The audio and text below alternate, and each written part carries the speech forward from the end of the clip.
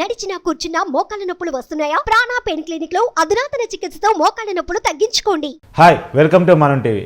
మనతో ఉన్నారు ప్రముఖ రాజకీయ విశ్లేషకులు అంకమరావు గారు. సార్ నమస్కారం. సార్ నమస్తే కార్తిక్ గారు. సార్, టీడీపీకి వైసీపీ నుంచి 40 మంది ఎమ్మెల్యేలు టచ్లో ఉన్నారట. డోర్ తెరిస్తే బాబు గారు డోర్ తెరిస్తే ఈ రోజు రావడానికి కూడా రెడీగా ఉన్నారంట. మనం చూసాం, ఇప్పటికే నెల్లూరు జిల్లాలో 3 ఎమ్మెల్యేలు ఆల్రెడీ జాయిన్ అయిపోవటం, గుంటూరు జిల్లాలో ఒక ఎమ్మెల్యే ఉండవల్లి శ్రీదేవి గారు రాజన్న ప్రాంత ఎమ్మెల్యే ఆమె కూడా జాయిన్ అయ్యారు, చూసాం మనం అంతా కూడా. తర్వాత ప్రకాశం జిల్లాకు సంబంధించినటువంటి ఒక మాజీ మంత్రి టచ్లో ఉన్నారు, బాలినేని శ్రీనివాసరెడ్డి గారు. పేరు చెప్పడానికి మనకు మొహమాటం లేదు, మీడియాకి మొహమాటం లేదు. కానీ తర్వాత కడప జిల్లాలో కూడా ఒక మాజీ మంత్రి, ఆయన వైసీపీలో లేరు కానీ డిఎల్ రవీంద్ర రెడ్డి గారు టీడీపీకి టచ్లో ఉన్నారు. ఆయన రేపో మాపో జాయిన్ కావడం కూడా అడిగారు. ఇట్లా వైసీపీలో అసంతృప్తి ఎమ్మెల్యేలు మైలవరంలో వసంత కృష్ణప్రసాద్ గారు, తర్వాత పార్థసారథి గారు మాజీ మంత్రి, ఇప్పుడు వైసీపీలో ఎమ్మెల్యేగా ఉన్నారు. ఇలాంటి వాళ్ళంతా టచ్లో ఉన్నారంట. ఏంటి పరిస్థితి, నిజమేనా?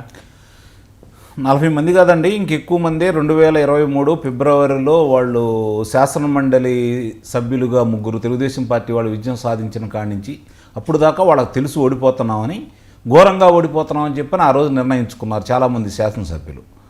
ఆ శాసనసభ్యులు నిర్ణయించుకున్న తర్వాత వాళ్ళు అందుబాటులోకి వస్తున్నారు ఒక్కొక్కళ్ళు.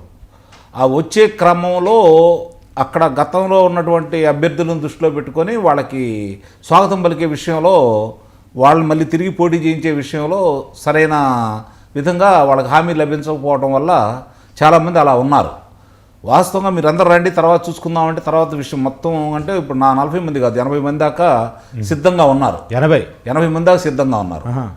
15 మంది లోక్సభ సభ్యులు కూడా సిద్ధంగా ఉన్నారు. అంటే నాకున్న సమాచారం 40 మంది, ఇద్దరు ఎంపీలు కూడా. అదే నాకున్న సమాచారం మాత్రం 15 మంది ఎంపీలు ఉన్నారు, 80 మంది దాకా శాసనసభ్యులు ఉన్నారని చెప్పని, అలాగే 3-4 శాసనమండలి సభ్యులు కూడా ఉన్నారని చెప్పి తెలుస్తోంది. ఇప్పుడు వాళ్ళకేం జరుగుతుంది ఇక్కడ, వాళ్ళకి రేపొద్దున హామీ అయితే లేదు, ఫలానా స్థానంలోంచి తిరిగి మీరు పోటీ చేస్తారనే హామీ అనేది ఆ పార్టీలో లేదు, ఈ పార్టీలో లేదు, అక్కడే ఆగిపోతుందంటగా. దానివల్లే అయిపోవడం కూడా జరుగుతుంది. ఇప్పుడున్న పరిస్థితి చూస్తూ ఉంటే ఏంటంటే, వాళ్ళు ఇప్పుడు రాజకీయంగా శాసనసభ్యులకు ఎలా ఉంటుందంటే, ఏదో పార్టీలో ముందు పోటీ చేయాలి, గెలుపు గుర్రాలకు వెళ్ళి పరిగెత్తుతూ ఉంటారు. గెలుపు గుర్రం ఈరోజు తెలుగుదేశం పార్టీ కనపడతా ఉంది, దానికి జనసేన పార్టీ కూడా తోడైంది. కాబట్టి వీళ్ళ ఆశలు మామూలుగా ఎక్కడో మినుకు ఉంటున్న ఆశలు కూడా పూర్తిగా కొట్టుకుపోయినాయి. ఒకటి ఆయన వైనాట్ 175 అంటే నిజంగా అటు కొట్టుకోబోతుందా అంటే, వైనాట్ 175 అనేది ఎదుటాలకు వస్తుంది భయం కొద్దీ ముందు నుంచి మొదలు పెట్టాడు ఆయన, అంత తప్ప వేరే ఏం లేదు. ఆయనకు తెలుసు క్షుణ్ణంగా, ఎందుకంటే ఆయన అడిగింది కూడా ఒకసారే కదా అవకాశం, మళ్ళీ రెండోసారి అడగలేదు కదా. కాబట్టి ఆయనకి అర్థమైపోయింది పరిస్థితి క్షుణ్ణంగా. వీళ్ళందరికంటే కూడా తెలివిగల రాజకీయ నాయకుడు జగన్మోహన్ రెడ్డి గారు, తక్కువ అంచనా వేయడానికి లేదు. అతని వ్యూహాలు ఏంటంటే బెడిచి కొడతనే తప్ప, అంటే వేరే వాళ్ళ దగ్గర సలహా తీసుకుని మంచి సలహాలు తీసుకుని ముందుకెళ్ళినట్టయితే ఈరోజు అతనుకున్న పరిస్థితి తెలుగుదేశం పార్టీకి ఉండి ఉండేది. కానీ అతను ఎవరి మాట వినకుండా ప్రతిదీ కూడా వ్యాపార దృక్పథంతో చూడటం వల్ల రాజకీయాలు కూడా ఈరోజు అతనికి పరిస్థితి వచ్చేసింది. అంటే అతనికి ప్రచారం చేసిన పీకే కూడా అతనికి రివర్స్ అయ్యి కామెంట్ చేశాడుగా. లేదండి, అది పోయినసారి కూడా చెప్పాను మీతోటి నేను. ఈరోజు ఆయన ఊరకు మాట్లాడేది తప్ప ఇంకా వాళ్ళ యొక్క మనుషులు ఆయన కిందే పనిచేస్తూనే ఉన్నారు. అవును.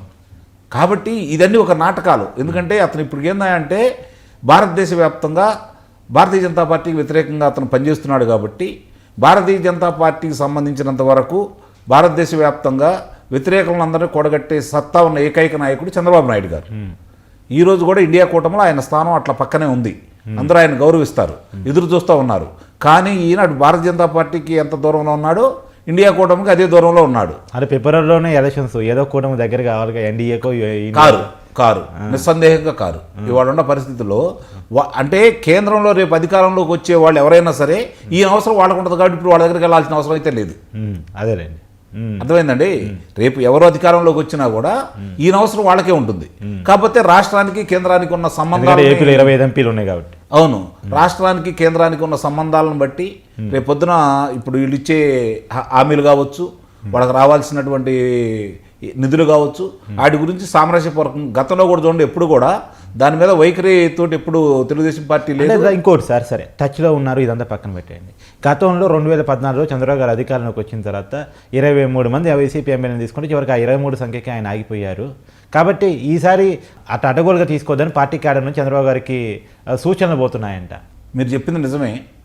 ఇవాళ పరిస్థితి ఎలా ఉంది అంటే, వీళ్ళు ప్రశాంతంగా ఒక నావతోటి బయలుదేరారు. ఉమ్, ఒడ్డుకు చేరే అవకాశం వీళ్ళకి శుభ్రంగా ఉంది.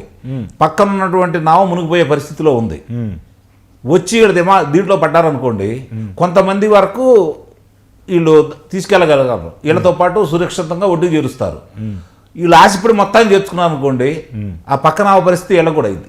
అర్థమైందండి. అర్థమైంది. ఇప్పుడు ఈ నావ నిండిన తర్వాత ఎక్స్ట్రా వాళ్ళని కుక్కి పెట్టారనుకోండి లోన, ఏమవుతుంది? బరువు ఎక్కువైన తర్వాత ఉమ్, అదే పరిస్థితి వస్తుంది. ఇప్పుడు వీళ్ళు ఇవాళ తెలుగుదేశం పార్టీ అధినేత ఆలోచించుకోవాల్సిన, పవన్ కళ్యాణ్ గారు ఆలోచించుకోవాల్సిన ఒకటే విషయం, అక్కడ జరుగుతున్న పోరాటం, రేపు ఎన్నికల సమరం జరుగుతున్నది ఇద్దరి మధ్య, చంద్రబాబు నాయుడు గారా లేదంటే జగన్మోహన్ రెడ్డి గారు. అదే అది నిజం. ఎందుకంటే ఎమ్మెల్యేని చూసి ఓటేసే పరిస్థితి లేదు. జగన్ గారు కావాలా, చంద్రబాబు గారు కావాలా?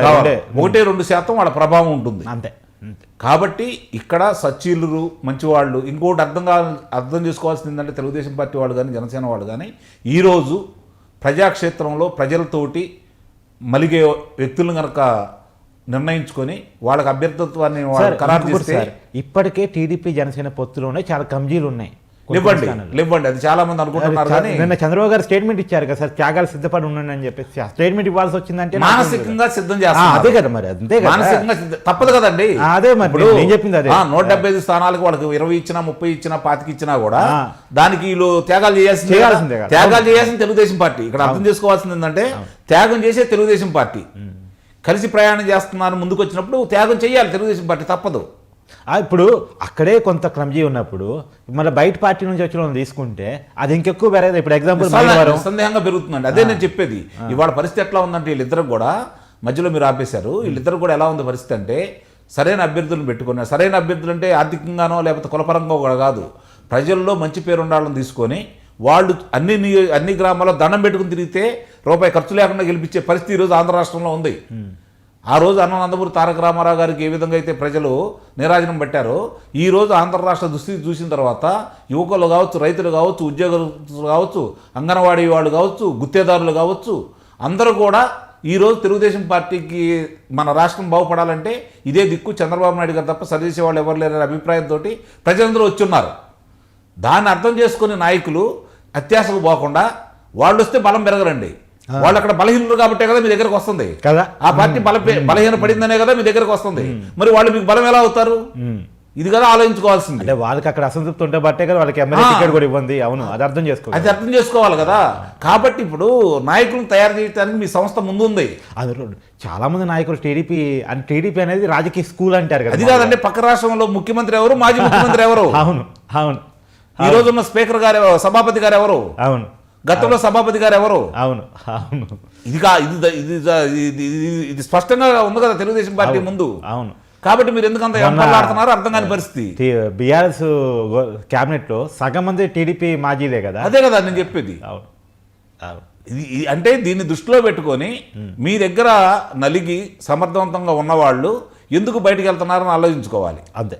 దానికి ఎందుకు వెళ్తున్నారంటే ఇలాంటి కార్యక్రమాలు కొన్ని జరిగినందువల్ల. సార్ ఇంకొకటి, సరే అక్కడ పార్టీ నుంచి ఇటు పోతాడు, ఇటు నుంచి అటు పోతాడు, షెఫ్లింగ్స్, టికెట్ రాకపోతే పార్టీలు జంపింగ్స్ సహజంగా చూస్తాం మనం, నేను కాదన్ను. కానీ నేను అనేది ఏంటంటే, క్యాస్ట్ ఈక్వేషన్స్ ఆధారంగా ఏ నియోజకవర్గంలో ఏ క్యాస్ట్ బలంగా ఉందో చూసి టికెట్ ఇచ్చే రాజకీయ చాణక్యాన్ని జగన్ గారు పాటిస్తున్నారు. అది వర్కౌట్ అయ్యే పరిస్థితి ఉందా? కొంత ప్రభావం చూపించిందండి. మనం తేలిగ్గా కొట్టిపారేయడానికి వీల్లేదు. కాకపోతే ఏంటంటే, ఇప్పుడు ఆంధ్ర రాష్ట్ర పరిస్థితి ఎలా ఉందంటే, అది ఎలా ఉంటుందంటే, ఇద్దరు సమఉజ్జీలుగా యుద్ధం చేసే సమయంలో, ఇద్దరు సమఉజ్జీలుగా ఉన్నప్పుడు ఇతని సైన్యం అతనికి వెళ్ళగలిగినప్పుడు, లేకపోతే అతని సైన్యం, ఇప్పుడు మీరు నేను యుద్ధం చేయాలనుకుంటున్నాం, మన ఇద్దరం ద్వంద్వ యుద్ధం చెయ్యం, మన సైన్యాలు చేస్తూ ఉంటాయి. మీరు ఒకళ్ళు ముందు పెట్టారనుకోండి, వాడు నాకు అనుకూలంగా ఉన్నప్పుడు వాళ్ళ మీద మనస్ఫూర్తిగా నేను కత్తి యుద్ధం చేయలేను. అలా కొంతమందిని అది నువ్వా నేను అన్నప్పుడు ఇప్పుడు పరిస్థితి అర్థమైపోయింది, ప్రశాంతంగా అర్థమైపోయింది ఆంధ్ర రాష్ట్రంలో. వాళ్ళు ఒక నిర్ణయానికి వచ్చేసారు ఆంధ్ర రాష్ట్ర ప్రజలందరూ, ఈ పార్టీని ఓడించాలి అన్నప్పుడు. ఇప్పుడు దీనికి కొంత అంటే ఒక శాతం 30-40 వేల ఓట్లు తేడు ఓడిపోయే వాళ్ళు ఇంకో 2-3 వేల ఓట్లు సంపాదించుకొని 20,000-25,000 మధ్య ఓడిపోతారే తప్ప ఓటమి అనేది నిర్ణయం. ఓటమి అనేది నిర్ణయం అంటారు. అది మీరు నిస్సందేహంగా అంతేనా? మళ్ళీ అది 2020 మీరు డిసైడా, ఏపీ ప్రజలు డిసైడా? ఏపీ ప్రజలు 2024 మే 28వ తారీఖున చంద్రబాబు నాయుడు గారు తిరిగి ముఖ్యమంత్రిగా ప్రమాణ స్వీకారం చేస్తున్నారు అన్నగారి పుట్టినరోజు సందర్భంగా మీరు రాసి పెట్టుకోండి మీరు. డేతో సహా చెప్పేసి దాంట్లో ఇక అనుమానమే లేదు మీకు. కాకపోతే అవతల పార్టీ నుంచి వచ్చే వాళ్ళు తీసుకునే విషయంలో జాగ్రత్తగా ఉండాలి, నిస్సందేహంగా అది కూడా జాగ్రత్తగా ఉండాలి అని అంగంరావు అంటారు. అట్లాగే ఈ రోజు కొంతమంది దౌర్భాగ్యులు మీ పక్కన ఉంచున్నారు అటు ఇటు, అలాంటి వాళ్ళని దూరంగా నెట్టేసేయండి, మొహమాటమే లేదు, వాళ్ళని దూరంగా పెట్టండి. అవి కొన్ని ప్రజలకి అంటే బాబు చంద్రగారి పక్కన ఉన్న వాళ్ళని కూడా కొంతమంది దూరం పెట్టండి నిస్సందేహంగా. ప్రజలకి మీ అసెంబ్లీ ఒక మాట చివరికి ఫైన్ అడుగుతాను. ఎగ్జాంపుల్ టచ్లో ఉన్న ఎమ్మెల్యేల గురించి మాట్లాడదాం. మైలవరంలో దేవుని ఉమాగారు బెట్ట, వసంత కృష్ణ గారు బెట్ట, అంటే ఆయన కూడా టీడీపీకి రావడానికి రంగం సిద్ధం చేసుకుంటున్నారు, టచ్లో ఉన్నారని తెలుస్తుంది, అందుకని అడుగుతున్నా నేను. వసంత సాయి కృష్ణ ప్రసాద్ గారే బెటర్. అంతేనా? ఓకే, థ్యాంక్ యూ అంకంరావు గారు. మీరు సంచలన వ్యాఖ్యలు మరి డేట్తో సహా ప్రకటించారు, చంద్రబాబు గారిని అధికారంలో రాబోతున్నారా, అది మరి నిజమవుతుందా లేదా, నిజంగా టచ్లో ఉన్న ఎమ్మెల్యేల విషయం మాత్రం జాగ్రత్తగా ఉండాలి, ఎడగోలుగా తీసుకోవద్దు, గతంలో జరిగిన పొరపాట్లు మళ్ళీ జరగొద్దని చెప్పేసి అంకంరావు గారు సూచిస్తున్నారు. థ్యాంక్ యూ, ధన్యవాదాలు.